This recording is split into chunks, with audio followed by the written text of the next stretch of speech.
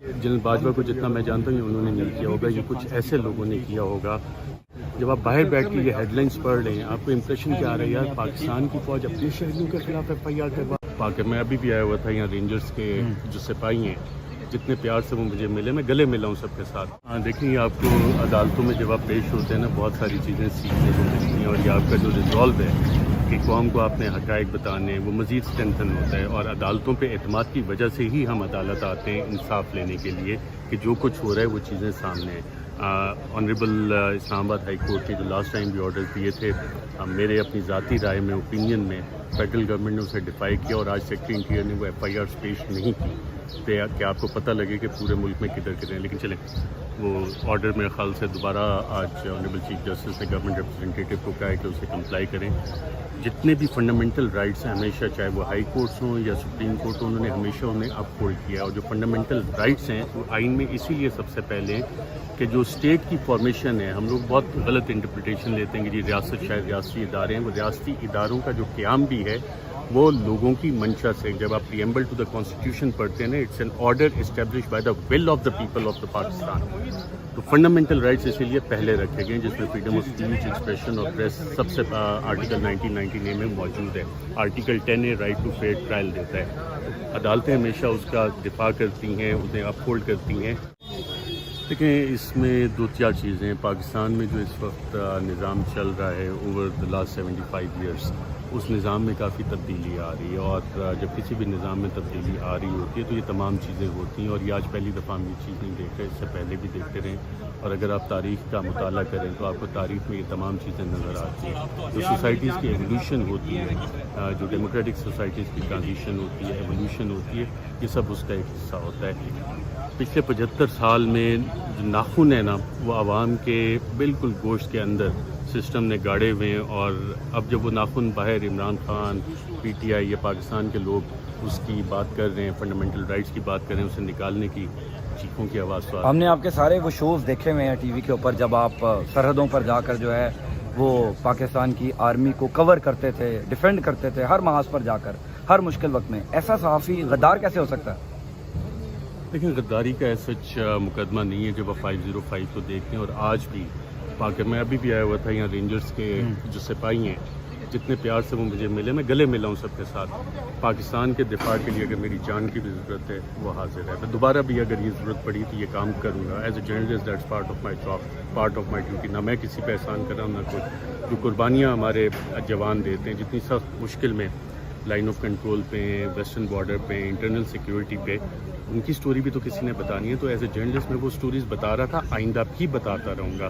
یہ تھوڑی بہت جو چیزیں ہوتی ہیں یہ اس کو روکنے کے لیے کہ جی شاید آپ بدظن کر سکتے ہیں کسی کو پاکستان سے یا پاکستان کی افواج سے، یا میرے بہادر بھائی جتنے بھی تمام آرم فورسز میں اس سے کوئی بدظن کر سکتے، یہ پاسبل نہیں ہے۔ ایسا کون سا آپ نے ایسا کون سا شو کیا جس کی وجہ سے آپ کو لگتا ہے کہ آپ کے اوپر ایف آئی آر درج ہوئی؟ ایسا کوئی آپ کو یاد ہوگا، کوئی بات کہی، کوئی شو کیا ہوگا؟ یہ شو تو ابھی تک ایسا کوئی نہیں ہے، نہیں تو وہ کیمرہ چلا جاتا۔ ابھی تک ایسی کوئی ٹویٹ بھی نہیں ہے جس کے اوپر آپ کچھ کر سکتے۔ ایک مطیع اللہ جان کے ساتھ یہیں پہ چلتے پھرتے بات چیت نہیں، لیکن اس سے پہلے ایف آئی آر تو ہو چکی تھی آپ کو؟ نہیں، مطیع اللہ جان کے ویلاگ کے بعد یہ سارا سلسلہ شروع ہوا تھا، اور جو غالباً حیدرآباد والی ایف آئی آر ہے اس میں اسی شو کا ذکر بھی ہے۔ باقی جتنی ایف آئی آرز ہیں اس میں باقیوں کے ساتھ طلب کیا گیا، جیسے میرا نہ اس میں کسی پروگرام کا ذکر ہے، نہ کسی ٹویٹ کا ذکر ہے، نہ میری کسی بات کا۔ جو ڈائریکٹ آئی ہے مطیع اللہ جان، اور اس میں میں نے بات کیا کی تھی، اس میں میں نے بات کی تھی جو آبزرویشنس تھی آنریبل چیف جسٹس اسلام آباد ہائی کورٹ کی، جس میں جو آبزرویشنس تھی honourable chief justice of Pakistan Umar Ata Bandial کی، اس میں نے بات کی تھی آئین کے آرٹیکل 243 to 245 کی۔ اس میں میں نے بات کی تھی ایس سی فائنر کی کتاب military man on the horseback, اس میں بات کی تھی میں نے نون ان نون جو ڈونلڈ رمفیلڈ کی کتاب ہے former U S defence secretary. تمام فیکچوئل چیزیں اب اگر کسی نے نہیں پڑھی ہوئی، ایک بندہ جو اگر کسی کو بری لگ گئی ہیں تو پشین میں بیٹھا ہے، چمن میں بیٹھا ہے، حیدرآباد، دادون میں سے کچھ ہسٹری شیٹرز بھی ہیں، کنوکٹڈ لوگ بھی ہیں جنہوں نے ایف آئی آرز کروائی ہیں، تو بھائی میرا قصور تو نہیں ہے نا۔ یہ اپنا لیول آف ایجوکیشن اس لیے کہتے ہیں عوام کا آپ بہتر کریں، جتنی لٹریسی عوام میں ہو۔ آپ کو لگتا ہے وہاں پر دادو میں حیدرآباد میں بیٹھا ہوا جو شخص ہے جس نے ایف آئی آر کٹوائی وہ اتنا باشعور ہے کہ اس کو ساری چیزیں آپ کی پتہ تھی جو ریفرنس آپ دے رہے تھے، یا کسی اور نے کہا؟ اب چلیں اس کو کسی نے کہا یا نہیں کہا، نام تو اس کا آگے ہے نا،